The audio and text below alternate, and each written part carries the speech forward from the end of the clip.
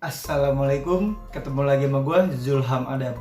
Jadi kali ini gue akan menceritakan kisah mistis pendakian Gunung Arjuno, Jawa Timur.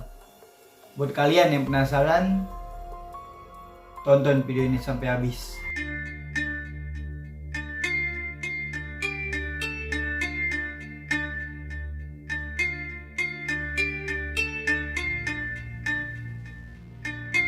Seperti biasa, sebelum gue lanjut ke videonya, jangan lupa like video ini. Dan buat kalian yang belum subscribe channel ini, jangan lupa kalian subscribe channel ini supaya channel ini lebih maju buat kedepannya dan supaya kalian tidak ketinggalan video-video terbaru dari gue. Jadi kali ini gue pengen menceritakan kisah mistis pendakian Gunung Arjuno dari cerita Bang Tobi Adam. Jadi nama Tobi Adam ini bukan nama asli. Sebelumnya gue pengen ngucapin makasih banyak buat Bang Tobi Adam yang udah ngizinin gue untuk membahas kisahnya di channel ini. Buat kalian yang pengen tahu siapa sih Bang Tobi Adam ini, bisa langsung kalian cek Instagramnya, ada di bawah sini. Sebelumnya gue akan menjelaskan sedikit mengenai Gunung Arjuno. Jadi Gunung Arjuno ini salah satu gunung berapi yang berada di wilayah Jawa Timur, Indonesia. Gunung ini memiliki ketinggian 3.339 meter di atas permukaan laut. Gunung Arjuno ini gunung tertinggi kedua di Jawa Timur dan gunung tertinggi keempat di Pulau Jawa. Gunung Arjuno ini terletak di wilayah perbatasan Kota Batu, Kabupaten Malang, dan Kabupaten Pasuruan. Serta gunung ini berada di bawah pengelolaan Taman Hutan Raya Raden Soeharjo. Nama Gunung Arjuno ini berasal dari tokoh pewayangan Mahabharata, yaitu Arjuna. Di Gunung Arjuno ini banyak sekali terdengar kisah mistis, orang hilang, bahkan sampai ada yang merenggut nyawa di dekapan Gunung Arjuno. Buat kalian yang penasaran dengan kisah kali ini, tonton video ini sampai habis. Kali ini gue akan menceritakan kisah mistis di Gunung Arjuno melalui sudut pandang orang pertama, yaitu sebagai Tobi. Halo, gue Tobi. Sebelumnya kenalin dulu, nama gue Tobi Adam. Ini bukan nama asli gue. Jadi gue kerja sebagai disc jockey di salah satu kota yang ada di Kalimantan. Jadi gue ini punya hobi mendaki gunung. Mungkin dahulu 1 tahun gue bisa naik 2 gunung. Dikarenakan job full, jadi schedule buat hiking gue agak terbatas. Sekitar pertengahan tahun 2016, gue dan 6 orang teman gue berniat untuk mengunjungi salah satu gunung yang ada di Jawa Timur, yaitu Gunung Arjuno. Jadi pada pertengahan tahun 2016, gue berangkat ke Gunung Arjuno itu pada sore hari. Gue berangkat dari Kalimantan menggunakan pesawat menuju ke kota terdekat dari Gunung Arjuno. Setelah sampai di Jawa Timur, kita nginap di salah satu hotel untuk beristirahat. Dan niatnya, keesokan harinya kita berangkat menggunakan travel. Itu sekitar subuh lah. Di awal perjalanan dimulai, nggak ada yang aneh sama sekali. Akhirnya, keesokan harinya tuh subuh kita berangkat menuju kaki Gunung Arjuno. Sekitar jam 8 pagi, kita sampai di desa di bawah kaki Gunung Arjuno. Setelah sampai di bawah kaki Gunung Arjuno, kita lebih memilih jalur yang anti mainstream. Dan di situ kita langsung menuju ke rumah kepala desa yang ada di kaki Gunung Arjuno ini untuk meminta izin melewati jalur yang gue lewatin ini. Gue bersama 6 orang teman gue. Sebut saja Dimas, Ardi, Wawan, Kiki, Dina, dan Eko. Ini bukan nama asli semua. Dan setelah kita sampai di rumah kepala desa ini, sebenarnya kepala desa ini tidak mengizinkan kita untuk melewati jalur ini, karena kita bukan penduduk asli sinilah. Dan di jalur ini banyak sekali penduduk sekitar yang bertapak di jalur pendakian. Karena berpikir jika kita melewati jalur yang normal akan begitu lama, akhirnya di situ kita meyakinkan ke kepala desa ini untuk menjaga sikap ketika melewati jalur tersebut. Dan di situ dengan berat hati kepala desa ini pun mengizinkan kita untuk melewati jalur ini. Dan di situ dia bilang, yang paling penting kudu jaga lisan dan juga jangan pernah bermalam di pos 4. Dan di situ kepala desa ini nggak ngasih tahu kita apa alasannya tidak mengizinkan kita untuk ngecamp di pos 4. Jadi dia hanya melarang sajalah. Dan di situ kita satu tim setuju dengan syarat ini. Sebenarnya jalur yang kita lewatin ini nggak banyak yang tahu, karena emang untuk masuk ke jalur ini kita harus melewati jalur yang benar-benar sangat terpencil lah kalau menurut gua. Jadi kita untuk menuju ke desa ini jalurnya itu jauh banget, dan itu nggak banyak yang tahu. Mungkin pendaki yang sudah hafal jalur ini juga tahu. Akhirnya setelah lama di base camp, kita berangkat memulai pendakian pada jam 1 siang. Awalnya semua berjalan dengan normal. Suasana juga sejuk banget lah, karena di jalur ini memang banyak sekali hutan pinus. Dan yang bikin merinding, jadi nih di jalur ini banyak banget teras-teras yang dipakai untuk orang bertapa atau berdoa. Akhirnya di situ kita terus jalan, dan nggak berasa tiba-tiba waktu udah masuk maghrib.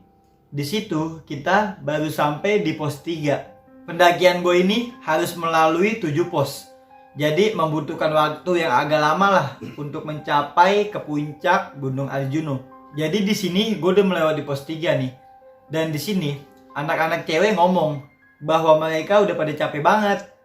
Akhirnya di situ gue bilang, "Oh ya udah, kenapa kita nggak ngecamp di pos 4 aja? Paling bentar lagi juga sampai." Dan di situ Eko langsung ngomong, "Jangan macem-macem. Kalau udah dilarang, denger coba. Ini hutan, bukan rumahmu." Di situ gue langsung ngomong, "Udah slow aja. Kita ngecamp aja di pos 4 nggak apa-apa. Besok pagi sebelum subuh kita langsung beres-beres dan berangkat lagi melanjutkan perjalanan. Nggak bakal ada yang tahu kok," ucap gue pada saat itu. Dan di situ mungkin karena faktor capek, temen gue ini nggak ada yang ngejawab omongan gue. Jadi pada diem aja lah, seakan-akan mereka setuju untuk ngecamp di pos 4. Akhirnya di situ kita jalan lagi, kita melanjutkan perjalanan ini sekitar 1 jam. Kita satu tim sampailah di pos 4. Dan pas kita baru nyampe di pos 4 ini, ada tulisan kayak tulisan merah gitu, angka 4. Dan di situ di pinggirnya banyak sekali kayak pohon-pohon berjalan gitulah. Mungkin karena di jalur ini jarang dilewati, jadinya agak sedikit tidak terawat. Dan di pos 4 ini terdapat pos seperti pos ronda gitulah. Mungkin untuk pendaki istirahat sejenak. Sedangkan di belakang pos ini ada lapangan yang luas dan bersih. Di situ gue langsung ngomong, "Nah, mantapnya, tempat luas begini, masa nggak boleh ngecamp sih?" ucap gue pada saat itu. Dan di situ kita langsung bagi-bagi tugas nih. Ada yang bangun tenda, ada yang masak juga. Jadi kita harus rapi lah sebelum waktu semakin malam. Dan setelah kita rapi semuanya, di situ gue inget banget, sekitar jam 9 malam kita lagi asik nyanyi-nyanyi nih di depan api. Di situ gue melihat muncul seseorang parubaya dari jalan setapak. Orang itu menggunakan baju batik, celana hitam, dan dia berjenggot putih gitu. Udah gitu, orang ini membawa parang. Dan di situ sontak kita semua kaget. Masa iya malam-malam gini ada orang yang nyusul, udah gitu bawa parang lagi. Dan bapak itu tanpa basa-basi dia langsung nyamperin kita, dan dia langsung ngomong dengan nada yang sangat tinggi menggunakan bahasa Jawa. Dan bahasa Jawa itu artinya sudah dikasih tahu jangan bermalam di sini. Kenapa pada ngeyel sih? Bisa pindah nggak? Setelah bapak-bapak itu ngomong begitu ke kita, di situ kita satu tim ini langsung diam semua dan saling menatap satu sama lainnya. Akhirnya di situ kita langsung beres-beres barang. Di situ kita langsung berniat untuk naik ke pos berikutnya. Dan di situ bapak-bapak ini berdiri di samping pos sambil memperhatikan kita beres-beres barang. Setelah kita semua rapi, udah siap untuk melanjutkan perjalanan menuju pos berikutnya, di situ gue langsung nyuruh teman gue buat jalan duluan. Karena gue harus merapikan sisa-sisa bekas api unggun lah. Setelah sekitar 10 menit teman-teman gue jalan, di situ gue langsung nyusul teman gue. Setelah gue yakin juga lah bahwa nggak ada sisa-sisa bekas api unggun lagi yang gue tinggal. Akhirnya di situ gue langsung nyusul teman gue, dan di situ gue lihat bapak-bapak ini masih berdiri di samping pos. Akhirnya di situ gue jalan. Ketika gue melewati bapak-bapak tua ini, gue mencium bau melati. Di situ gue nggak berpikiran macem-macem, karena emang posisinya gue lagi sendiri juga. Di situ akhirnya gue langsung negur bapak-bapak tua ini. Mari mbah, maaf atas kesalahan kami tadi.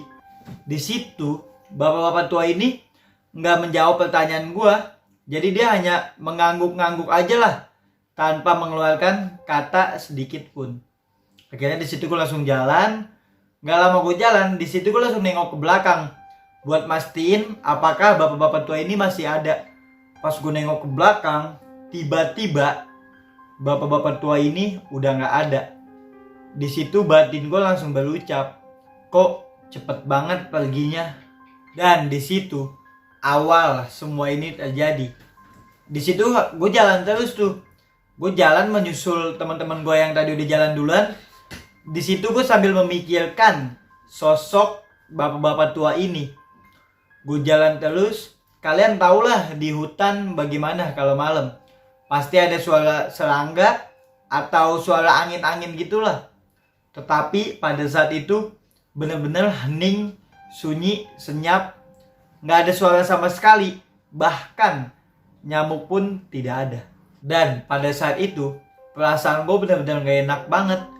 Bayangin aja, di tengah hutan sendirian dan gak ada suara sama sekali. Jadi hening banget lah. Dan pada saat itu gue merasa ada yang mengawasi gue. Jadi kayak ada yang ngikutin gue gitulah dari belakang. Di situ akhirnya gue tetap jalan, gue jalan terus. Sekitar 1 jam berjalan, gue belum menemukan teman-teman gue yang udah jalan duluan di depan tadi. Dan di situ batin gue berucap, kenapa aku belum menemukan rombonganku yang tadi? Jadi aku kayak merasa melewati jalur yang ini lagi lah. Akhirnya gue berinisiatif untuk mencari kayu besar.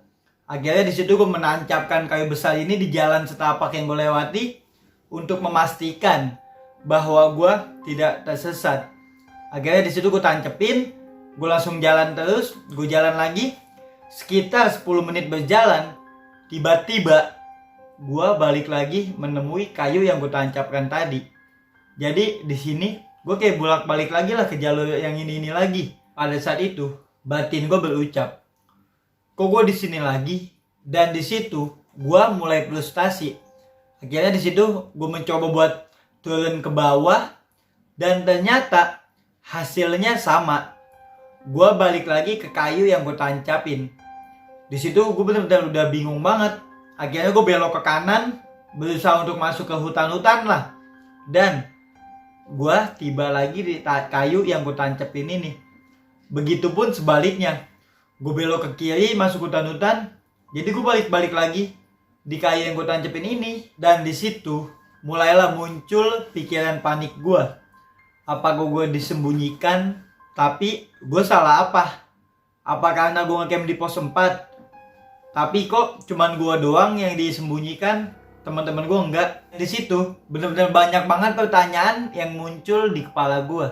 Akhirnya karena gue udah capek banget bolak-balik mulu ke kayu yang gue tancepin ini, di situ gue langsung beristirahat di samping kayu yang gue tancepin.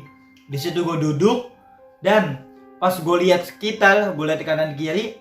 Jadi gue ngelihat di sekitar pohon itu kayak banyak banget yang memperhatikan gue. Cuman gue nggak tahu sosok apa yang memperhatikan gue. Jadi gue nggak melihat sosok inilah. Terus kemudian setelah gue lagi istirahat ini, muncul orang kayak pakai baju kerajaan gitulah. Dan di situ mereka bawa obor. Ada sekitar 10-15 orang lah. Di situ dia jalan rame-rame. Akhirnya gue manggil mereka tuh. Dan di situ mereka benar-benar nggak ngejawab panggilan gue sama sekali.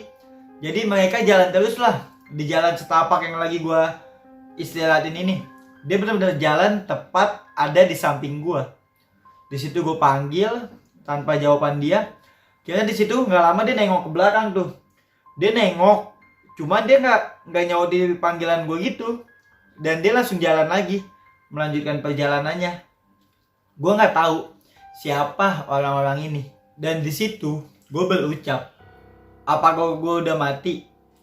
Tapi siapa mereka? Kenapa masih ada orang-orang berpakaian kerajaan seperti itu? Dan di situ gue cuma bisa berdoa, semoga pertolongan segera datang menghampiri gue. Akhirnya karena gue udah bingung lagi harus ngapain, di situ gue langsung memutuskan untuk tidur di jalan setapak ini, ya di samping kayu yang gue tancapin tadi lah. Gue tidur dan tiba-tiba gue terbangun di tengah keramaian. Kira di situ batin gue langsung berucap, alhamdulillah, akhirnya aku selamat.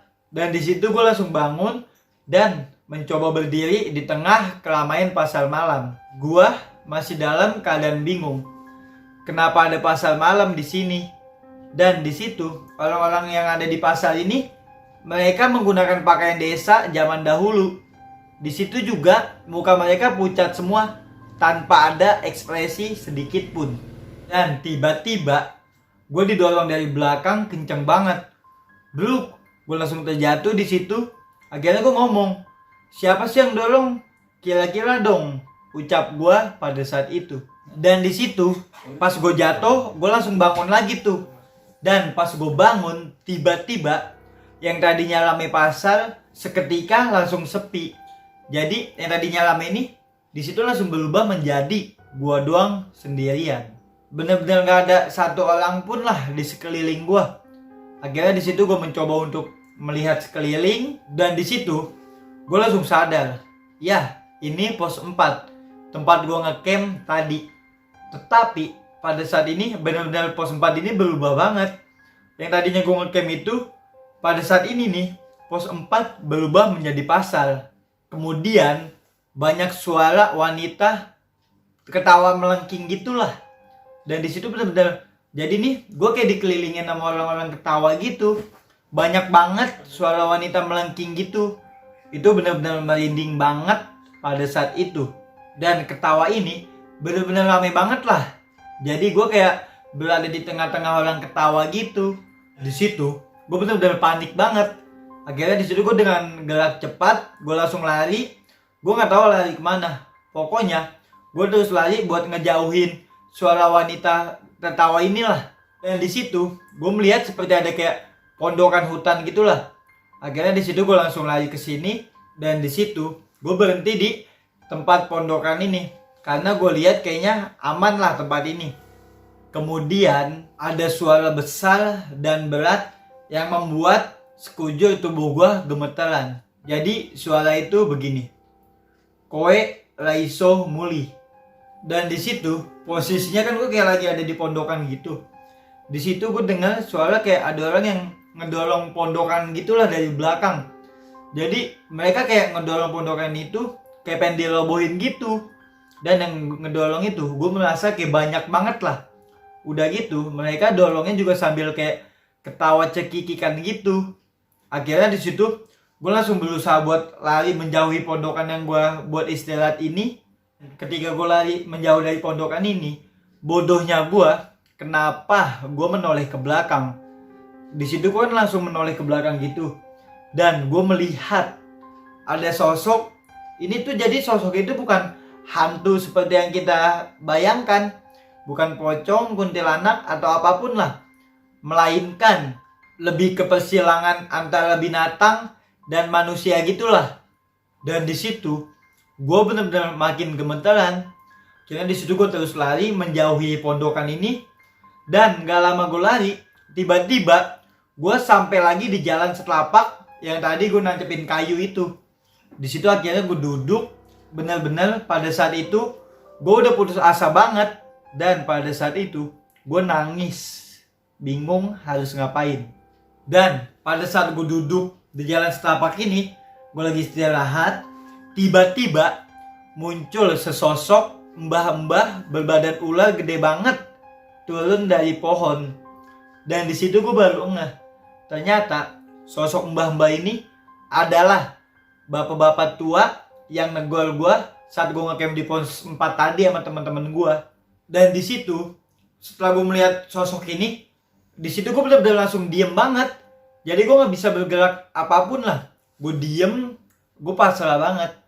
Dan sosok mbah-mbah ini perlahan melilit badan gue. Di situ gue benar-benar sampai nggak bisa napas, lemes semua lah badan gue. Di situ gue benar-benar nggak punya ilmu agama sedikit pun. Jadi gue hanya bisa pasrah lah. Yang gue ingat pada saat itu gue kehabisan napas dan langsung pingsan. Dan kemudian setelah gue pingsan, gue langsung bangun di tanda kayu yang tadi gue tancepin di jalan setapak. Di situ akhirnya ada sesosok nenek-nenek yang nyamperin gue gitu. Dan nenek-nenek tua ini langsung berkata menggunakan bahasa Jawa, yang artinya kalau dikasih tahu orang tua itu nurut, jangan ngebantah. Tempatmu mendirikan kemah sama temanmu itu adalah tempat gaib. Sudah dikasih tahu, bukannya nurut, malah berkata tidak sopan. Dan di situ nenek-nenek ini akhirnya ngomong begitu dan dia langsung ngomong lagi. Jadi dia ngomong menggunakan bahasa Jawa lagi. Dia ngomong begini, si mbah ini melihatmu seperti mirip cucunya. Dan saat ini aku akan membantumu untuk keluar dari sini. Ingat, ini bukan rumahmu. Jaga lisan dan sikapmu. Pergilah kamu mencari sumber air, kemudian berwudu. Lalu balik lagi ke sini untuk tidur di sini. Dan setelah nenek-nenek ini ngomong, gue hanya mengangguk. Dan di situ tiba-tiba ada suara dari kiri gue.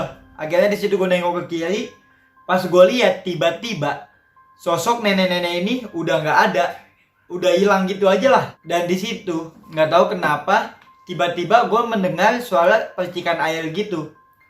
Pas gue lihat ternyata ada sungai kecil parit gitu di belakang pohon besar. Akhirnya di situ gue langsung menuju ke sungai kecil ini. Gue langsung berwudu. Setelah selesai berwudu, gue langsung balik menuju ke jalan setapak yang tadi gue kesesat itu. Gue ke jalan setapak itu. Kemudian gue mencoba untuk memejamkan mata gue. Dan di situ gue langsung tertidur. Belum lama gue tidur, tiba-tiba gue merasa kayak ada yang ngebangunin gue gitu. Dan benar saja, tiba-tiba di sekeliling gue udah banyak warga. Dan ada 6 orang teman gue yang sudah 3 hari mencari gue. Malam yang gue pikir sangat singkat itu ternyata sudah 3 hari. Dan di situ mereka menemukan gue tidur di pinggir jalan setapak. Padahal mereka ini turun naik gunung lewat jalan yang gue tidurin ini. Tapi mereka benar-benar gak ngelihat gue sama sekali lah. Baru sore itu ketika mereka pengen turun, mereka melihat gue lagi di jalan setapak itu tertidur. Dan di situ alhamdulillah gue selamat.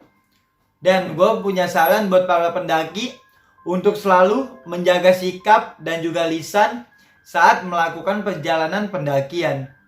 Percaya atau tidak, kita tetap harus menghormatinya. Karena kita hidup berdampingan. Mohon maaf jika bahasanya agak sedikit kacau. Cerita gue sampai di sini. Terima kasih buat kalian yang udah mendengarkan cerita gue ini sampai habis. Gue Tobi pamit. Halo sob, balik lagi sama gue, Adam. Jadi tadi kita habis mendengarkan kisah mistis dari Bang Tobi di Gunung Arjuna. Kurang lebihnya ceritanya seperti yang tadi udah gue jelaskan lah. Bagaimana menurut kalian? Gokil. Oke, jadi makasih buat kalian yang udah dengerin kisah ini sampai habis. Semoga kisah ini bisa bermanfaat buat kalian.